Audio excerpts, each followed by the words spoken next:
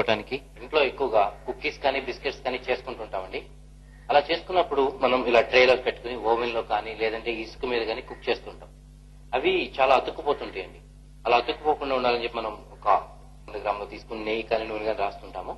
But అలా కాకుండా 2 ml కనుక మనం ఈ సన్ఫ్లవర్ కానీ గ్రౌండ్నట్ కన్నా సన్ఫ్లవర్ తీసుకుంటే బాగుంటుందండి.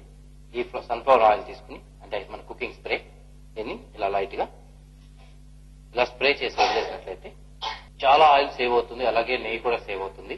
బట్ అయితే మన ఫ్యాట్ తిన్న ఫీలింగ్ కూడా మనకి రాదండి ఫస్ట్ ఆఫ్ ఆల్. ఓకే అండి, ఇప్పుడు నేను కొన్ని కుకీస్ చేస్తాను. ఆ కుకీస్ చేసి ఇందులో కుక్ చేసి మీకు చూపిస్తాను ఎలా ఉంటాయో అని. ఇప్పుడు నేను ఆల్రెడీ కొన్ని కుకీస్ చేసి బేక్ చేసి తీసుకొచ్చానండి. ఇప్పుడు నేను ఇటువంటి మీరు చూడండి, అసలు మీకు ఆయిల్ ఏమైనా కనిపిస్తుందా? ఏమీ కనిపించదండి. ఎందుకంటే మనం వాడింది 1 ml అండి, ఎగ్జాక్ట్ గా 1 ml వాడాం. అందుకోసం మనం అతుక్కోకుండా ఉంటాయండి. చూడండి ఎలా ఫ్రీ మూవ్ అవుతాయో. మనకి ఎటువంటి ఫ్యాట్ తిన్నటువంటి ఫీలింగ్ కూడా రాదు. వీఆర్ కుకింగ్ స్ప్రేతో రెడీ అయినటువంటి కుకీస్